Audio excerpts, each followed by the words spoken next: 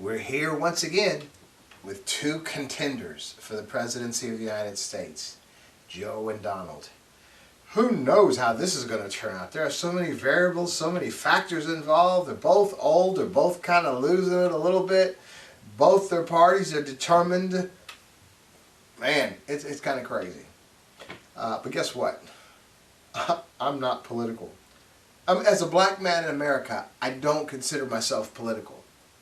And because, I mean, come on now. We're not totally equal. We're not totally free in this thing after 165 years after emancipation.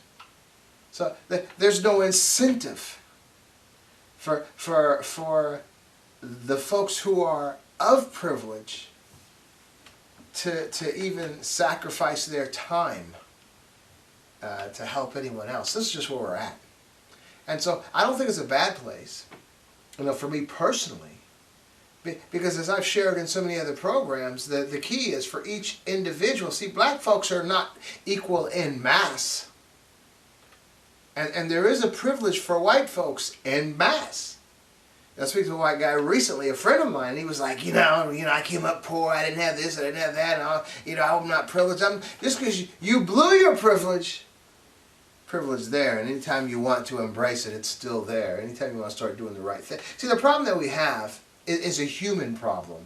It's not a racial problem or a color of your skin problem or something like that. It's the fact that most people simply do not do what they need to do to be well, okay? And so for the white man who has born into an environment of privilege, if you are not functioning in that privilege, it's because of the decisions that you have made and the decisions that those have made before you. But because of who you are and what you are, all you got to do is clean up your business, clean up your act. I knew this guy in a place where I worked, and he was a young guy and wanted to be in management. He was in very low-level management. And I had just stepped into management like 7 years after he did, and I was old. And they were like fast-tracking me, trying to fast-track me to a particular point. And he was all worried that they were going to fast-track me right past him, and he had been there long before I had been there. And I was being detailed in another city. Before I left, I had a conversation with that young guy. I figured since he's like 40 years younger than me, or 30 years younger, I could talk to him like that.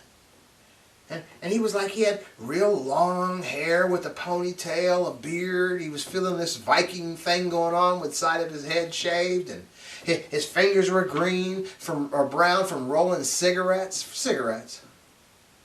And he really unkempt. He had some kids that came in one day with, baby vomit on his shirt sleeve. But this guy knew more than, and I worked with this guy, than upper level managements that I knew. He knew more than all of them. But he was stuck in this place because of the image that he was portraying. They didn't want anything to do with him. And so I told him before I left, I said, look, if I were you, I would move right to the top. I said, first of all, you're a white guy. I said, all you got to do is get a haircut, get your clothes together, quit rolling them cigarettes, keep your fingertips from being brown, and with the knowledge that you have, you'll move right to the top because of his privilege. Find a way to utilize that privilege and make that move, okay? And so for a white guy not to be experiencing the privilege in this nation, or a white person, it's because of decisions that they are making that's working counter to the privilege that is there for their taking anytime they want. And this is now like about 5 years later. Guess what? He's got a haircut. His fingers aren't dirty. He's moving on up. For real. Because his privilege was always there. He was just rejecting it because of the lifestyle he chose to live. Now black folks who don't have that privilege, I shared on so many programs, there's ways that you could appropriate your own privilege by getting yourself together. Yeah, I say these 5 things you got to do. Don't do any drugs. Stop smoking weed. Stop drinking alcohol. Start eating healthy. Exercise. Get healthy. Get educated. and get armed. You do these things and you're gonna pull yourself right out of the situation that you're in. And see, I'm not teaching theory right now. I've done all of those things. I was always the guy that did the most of that, did the most of this. I was never ate right. I was always eating unhealthy. Education-wise, I didn't have an education. I had a high school diploma when I was 50 years old, and that's when I decided to go to school. 10 years later, I had earned my associate degree, my bachelor's degree, and my MBA. There are 8% of the nation's population is walking around with an MBA. I have one. And so what? And I'm very well armed. That's it. And when you start taking care of those aspects of your life, your entire life cleans up. You'll be attracting privilege. Come on now. You're going to be having more money simply because you're not blowing it on that party lifestyle. You're going to be healthy. You're going to be looking good. You'd be surprised how much respect you command simply because of how you look. Okay. You're healthy. You're not overweight, you're not sloppy, you're not this, you're not that, because you're healthy, because you're working out, you're exercising, you're eating right, you're looking good. People respond to that. Not consciously, they subconsciously are just attracted to people who have themselves looking good. Do that. Man, I cut my hair like myself, like every other week. And you know, the one thing I never did, this is kind of funny, man, is that cologne. I've never been a guy that really used cologne, and I have all kinds of cologne that I've accumulated over the years. But you know, this past Christmas, I had gotten some cologne and just put it there with all the rest of my cologne. And I was watching a TV show with Sherry Shepherd and Sherry somebody, the comedian, that woman that carries a purse. Cheryl Underwood, I think what her name was. And they were on her show, and they were just talking, and one of them says, "Ooh, girl, I just love a man that wears some cologne, you know." And that really struck me. And so, you know, so I went up and got that cologne that I got for Christmas, and I just put it on. I even had my daughter, she had to teach me how to put it on, because I didn't know how to wear it. She said, "These are your, some kind of points, pressure points or power points," I don't know what she said it was, and here, and then the neck, you know. And okay, I do that. Man, I've been getting so many compliments. "Oh, what is that?" You know, people just responding to that. And, you know, I always shave and try to keep myself looking clean, except when I'm on a journey or whatever. And I'm telling you, that moves people. That increases your privilege. People are drawn to do you well from a subconscious perspective when you're looking good. I remember years ago, this is kind of funny, my wife and I, we had a 740 BMW, 740 Beamer, right? Big old thing, cool looking. And I'm not really a car person, I enjoy nice things, but I don't need things like that. But I remember you'd be driving, and you'd pull up where someone else had the right of way, and they're telling you to come on, go ahead, they're giving you the go ahead, even though they were there first, simply because you're looking good, and it's just a natural response. Not for everybody, but for many people to prefer you. You can increase your privilege. Stop getting, man, we get harassed by the police. We know that. As black people especially. Now the white folks that are privileged, even the ones that aren't all that successful, they'll argue, they go, "Oh, come on, no you're not." They can't fathom what black people go through. But you know, back in the day, I was, if a policeman ran my license plates, I was like one ticket away from losing my license. I don't know if they still use that point process, 2 or 3 points from losing my license. Sometimes I'd have a warrant out for my arrest, probably from a ticket I hadn't paid for or forgot to pay for or whatever. There was another time I didn't even have a driver's license, and I didn't even realize I had lost it because I hadn't paid a ticket, and after a year they just canceled my license. Driver's license. I didn't even know it. So because of our lifestyles, we're living in situations where we have not the ability to appropriate the privilege that wasn't actually given to us at birth, okay? And so what I'm suggesting is that the issue, it's a race issue for us in this nation. And it's unfortunate, but this is simply the way that it is. And so you have, to appropriate. You know, I listened to these two people talk on Instagram today, and they were almost clueless. They were talking about blacks and whites, and as far as, you know, black people are just as racist as white people are, and the white woman was saying white people aren't really racist, you know, and because sometimes people don't. I mean, it was a ridiculous conversation. It doesn't matter if a white person doesn't like a black person, or a black person doesn't like a white person. Who cares about that? I can almost guarantee you there are more black people that don't like white people than there are other white people that don't like black people, but it doesn't matter. That's not racism, okay? You might be a racist person, but who cares if you're delusional, okay? I mean, come on now. We've seen in every aspect of life, we've seen black people excel way past. I was watching some pictures of Sha'Carri Richardson today, man, just some videos of her running. She was just a pleasure to watch. But we can go way back, whether it's entertainment, whether it's sports, whether it's business, whether it's military, the Tuskegee Airmen, and so many others. And then to politics and mayors and governors. And then finally Barack Obama, the President of the United States, undefeated, right? So if a person doesn't like black people, who cares if they're deluded? And then to white people, if a black person doesn't like you, don't you think they're justified? But still, who cares if they don't like you? The problem that we have in this nation, in any nation, there are institutions of racism. Institutions that target, you know, black people, like the prison situation, population, and the institution, and the judicial system, and even the arm of the judicial system, the police officers that are out there. This is institutional racism. Now this is racism. Because racism isn't just about not liking somebody because of the color of their skin. The racism is about being in a position to be able to affect people who don't look like you, who might have dark skin, okay? That's the key. If you just don't like me, who cares? I probably don't like you either.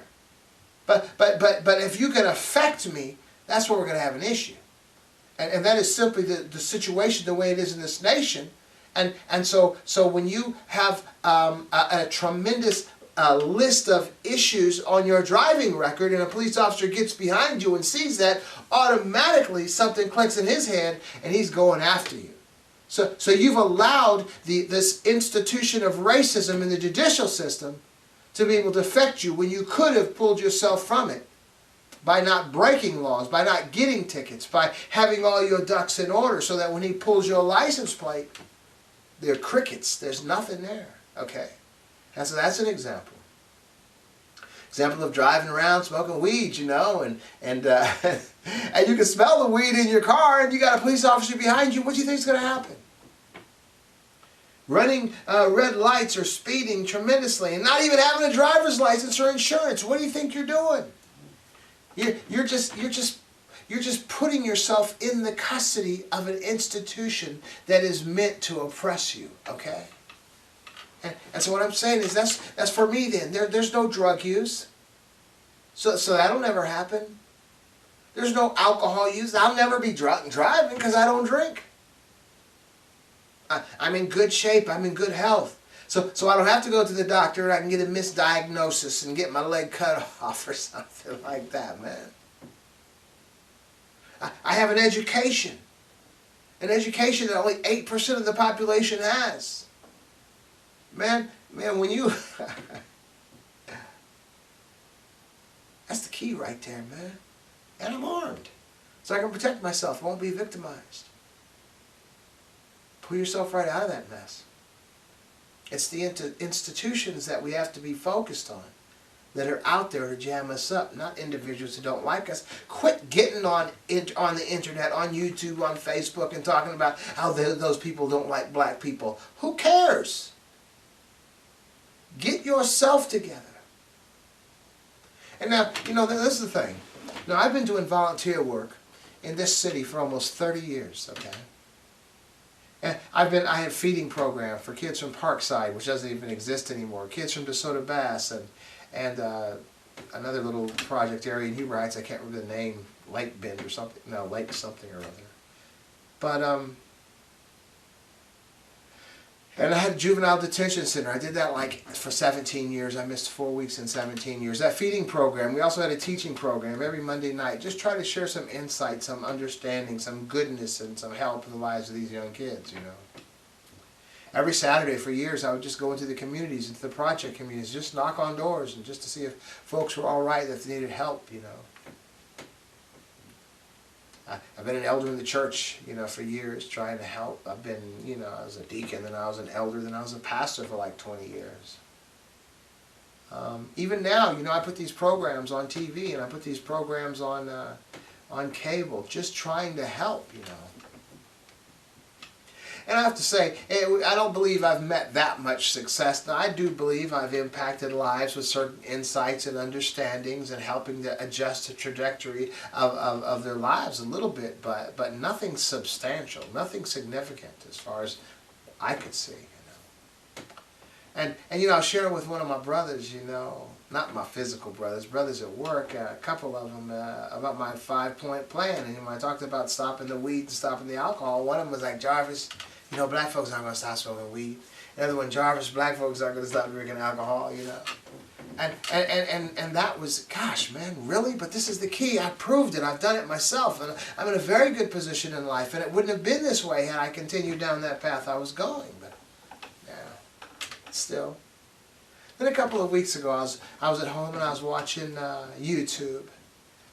And I clicked on this thing. It said the most dangerous city in the United States. And it was Memphis, Tennessee.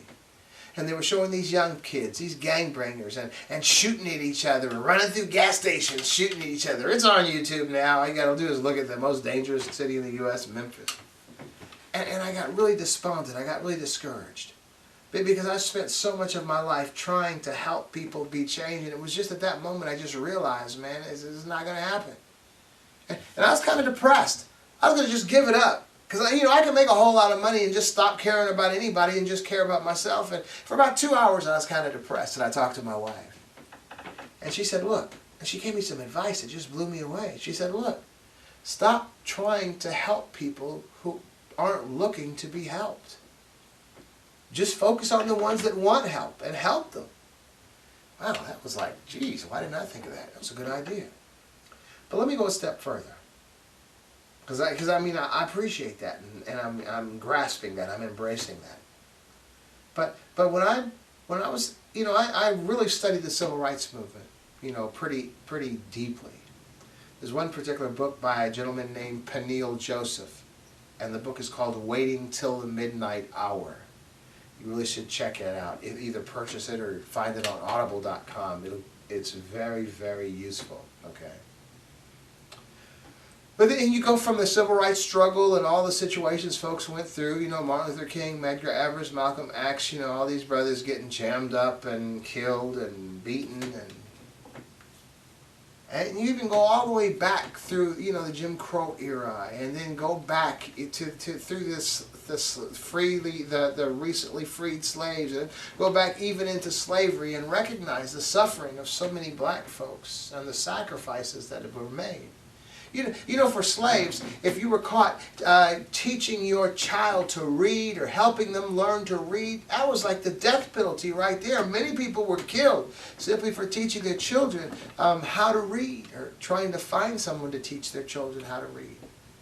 So many sacrifices have been made since slavery, all the way up through the years, all the way up through almost modern times. Black people and others have sacrificed themselves for the well-being of black people in this nation. A sacrifice. And you know, as much as we complain, and much as I even talk about, even the institutional racism and all this stuff, it is a lot better now than what it has been in the past. Now I'm not one of those brothers that are going to say, well, be satisfied with that. You know, that's why I could be a Republican, or that's why I could be a Democrat, because, you know, it's just never going to be. No, I'm not that guy. Because it's a matter of principle. It's supposed to be that guy. What I'm just saying is that we need to continue the baton race. We need to continue the relay race. And see, we've dropped that baton. That baton is just laying right there. And a lot of it is because of the alcohol use. It is because of the drug use. It is because we're not out of shape. We're not eating right. We're not exercising. We're not educated, and we're not armed. And so we have these tremendous issues that are like a ball and chain lingering with us everywhere we go, keeping us from being what we could be, okay? And so I was thinking about what my two buddies took, because I've been passionately striving to help folks in our community. I have a buddy, one buddy, you need to donate to the NAACP. You need to understand this, understand that. Another brother, good guy, is always on Facebook. These black issues and organizations and things we want to do. So many good friends that are involved in these things trying to get me involved in. But I've determined now, at this point, if you're smoking weed and you're not willing to quit, I'm not doing anything for you. If you're drinking alcohol and you're not ready to quit, I'm not doing anything for you. If you're not exercising, eating unhealthy, just being unhealthy, I'm not doing anything for you. If you're choosing just not to be educated, either formally or informally, I'm not doing anything for you. Because my perspective is this.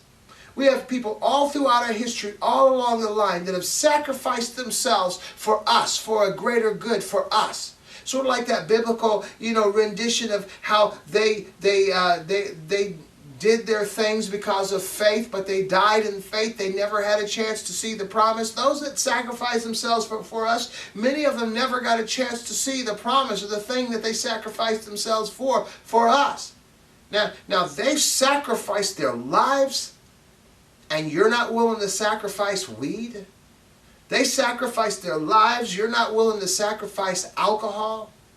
They sacrificed their lives, you're not willing to sacrifice your immorality and stay true to your spouse and to your kids? Come on now. So I'm saying is, if they sacrifice that ultimate sacrifice and you can't quit weed, then you don't deserve equality. It's like, because we're at war, black people in this nation. I was in the military, all my family's in the military, but not that kind of war, but we are at war for real, for equality, for our rights. And now we're facing an enemy, using a real-time analogy, and we're in a foxhole, and we're shooting at this enemy that's all around us, me and you. And then all of a sudden, it's Friday night, I look over, you're gone, and your gun's just sitting there. No, we don't have the luxury of Friday nights. We don't have the luxury of that buzz, or getting that buzz, or getting drunk, or being immoral on our family and all. We are too far behind the 8 ball. This is what we must sacrifice. We must sacrifice our recreation, our fun. They sacrificed their lives. We just have to sacrifice our fun. And I'm telling you, I've been there. So this is what I know I'm talking about. You can do this. I don't do drugs. I don't do alcohol.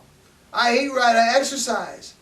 Shoot, man, I'm 60. I'll be 66 years old this year, doing the things that I'm supposed to be doing. I'm in the fight. I'm in the battle. Just because it's Friday night, that doesn't mean anything. We are still at war. Wait until the war is over, and I guarantee you your kids are watching you. You're validating the buzz. You're smoking that weed. They know it. You're drinking that alcohol. They know it. You're cheating on their mama. They know it. You're out of shape. You got diabetes. You're eating crazy, unhealthy. You're not exercising. They know it. You're not educated, but you're acting like you are. Yeah, son, I know everything. No, you don't. And they know you don't. And they're going to fall right into your footsteps. I'm telling you, man. We are our worst enemy right now. And the thing is, it can be changed. Man, we can be running this thing. We've seen Obama. We've seen the music artists. We've seen the sports people. We've seen the business people, the military people. They just promoted the first Marine general recently, I believe. Maybe 4-star. I don't know what he is. We are so powerful. If we ever put that weed down and the alcohol down and that bad food down and begin to exercise and get educated, man, we would be running this thing. Let me give you a piece of understanding before we close up out of here. A couple of things. Because, when we talk about the past, People talk about, well, I've heard even some people, white folks, say how, be glad, all that went down, because otherwise you'd be in Africa right now living that substandard life and all that. Man, that substandard life those people are living is because the exploitation of the white Europeans and even white Americans that have been through there raping their land and all of their property and all of their resources and leaving them in abject poverty and chaos, okay? So understand that Africa was a continent, a civilized continent. You're talking about medicines. You're talking about astronomy. You're talking about mathematics, irrigation and land and all this stuff that you can imagine. These folks, man, this is where Europeans got their insight from these guys. Come on, Alexander the Great raided the libraries in Egypt. And got the knowledge, got the information, and then somehow amazingly, the library in Egypt burned down. That's where they got all this stuff from. But they got stuff in Egypt. Those guys were doing logistical things and technical things like the pyramids and the Sphinx and all stuff that they can't even figure out. There must have been aliens. That's the best they can come up with. And so the point I want to say is that when those Europeans came and did what they did to the Africans and the other indigenous people all over the world, it's not because they were more intellectual. It's because they had stronger weapons and they were brutes. They weren't smarter. Their intelligence, their insight, their depth of understanding of this and that came from Africa. Because Africa was civilized. They just didn't have the weapons and they weren't brutish, okay? That's all we're saying. So we are still those people. That blood is still running through our veins. I know a lot of our bloods are kind of mixed there, but that blood is still in our veins. And I'm just suggesting today that if you take away those detriments to our well-being, those detriments to our success, those detriments to our intellect, man, we're powerful. We'll be running this thing because the privileged masses, they're not striving for the education. They're not striving to not be addicted to Oxycontin, to fentanyl, to heroin, to all these things that are jamming them up. They're not focused on being healthy, on eating right and doing the right thing. The masses of them, they're just out there just believing that this is theirs because this is who they are. Man, mad at immigrants, mad at black people, mad at everything. They're not trying to better themselves. You see some of them being interviewed, even with the political thing. They're not too bright, okay? So all I'm saying is if we just get ourselves together, we'll be running this thing. And I don't mean in a harsh way or in a violent way. I mean, we'd just be moving. Let me tell you the wonderful... See, I spent all these years trying to help in our communities. And even I spent 26 years in the hood as a mailman, a walking mailman through the inner city. And it can get kind of depressing, kind of discouraging, seeing all the negativity and stuff. But my daughter, we had her in one of the best schools in the region. And when she graduated, she wanted to go to a HBCU. And so that's where she is right now. She's a freshman. And so, of course, Dad, I had to go down there and check it out. So I'm there, man. I've been there like 5 different times. And I got to see a whole campus full of young, smart, intelligent black kids making the right moves. I get to see most of their parents are all graduates from that same HBCU. And it's amazing to me. My degrees, associate degree is from Sinclair College, and my bachelor's and my MBA is from Park University. My wife's degree is from Miami University in Oxford, Ohio. So I'm just saying is that whole HBCU thing, I've heard of, but I really didn't know. And when I get down there, I'm like, no, man, we are powerful people. But we don't get to see it. We get to see these snippets here of black people, that are living less than desirable lives and getting jammed up. That's what we see on YouTube. That's what we see. That's what we see on the news. That's what we see in our communities. But no, man, and that's just one HBCU that I've been exposed to. Man, it reminds me of this old Bible story. I believe it was Elijah when he was scared. He had done some great act, you know, and I think Jezebel was after him or something. He ran across the desert. He's hiding up in his cave. But his voice speaks to him like God, and his still small voice speaks to him and says, what are you doing? And he starts going, you know, I'm the only one, and everybody's turning their backs on you. I'm the one, it's just me, and they're after me. And this voice speaks to him and said, I have thousands that have not bowed the knee to Baal. And what I'm saying is we can get that way about our young black kids and black people, you know, and begin to think how jacked up we are. But I'm telling you, there are tens of thousands and more of educated black kids that are doing the right thing, making the right moves.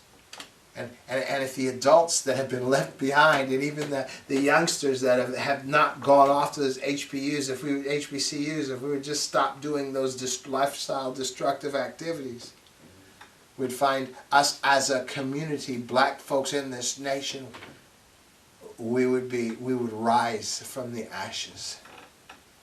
And that's what I want to leave you with today, an encouragement. And I'm not preaching theory. I'm telling you, this is me. I don't do drugs. I don't do alcohol. I exercise daily. I eat right. I've gotten that education, and I'm well armed. And I did all of these things. I was exactly the opposite at one time. It's possible, and my whole life changed. Okay, so I'm gonna leave you with that as encouragement right now. Yeah, we can be better, but it's gonna take us. We're going to have to sacrifice. You know, just as a side note, man, I just thought, back in the day, I just thought I was just going to be a cool old man one day. I wasn't going to change my lifestyle. I never imagined it would be this way. And you know, that whole attitude about, I'm never going to stop smoking weed because it's good, or I'm not going to stop drinking alcohol because it's good, and all that stuff, that's called an addiction. Just because you're not going through the shakes or going through all that stuff other folks go through with their very unique addictions to whatever they're on, the fact that you have chosen that you know that you're never going to stop doing it, it's because you're addicted. That's what an addiction is. Think about that. Don't be beat by an addiction. Don't do what isn't good for you. I was talking to this lady, that's what I'm closing with, because it's just talking now, but I was talking to this lady, man, at work. She was using one of those vape devices. And she was looking guilty, like, oh, you know, I'm going to quit. I asked her, why are you doing it? Why would you do something to yourself that is harming yourself? And that's what I'll leave you with right now. I do want to thank you once again for joining me and listening. And I want to invite you to listen again. You take care. Bye.